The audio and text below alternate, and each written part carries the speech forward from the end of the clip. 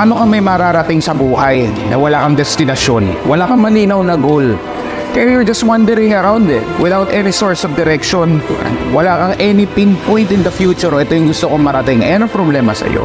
Kaya wala kang nararating sa buhay mo. Hindi ka kasi nagsiset ng goal. Wala kang target. You don't hit a target if you don't have it.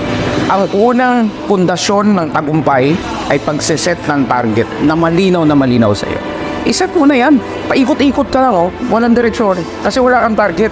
Ang masakit nito, dahil hindi ka nag-set ng malinaw na goal, ayan, wala ka ngayon napuntahan.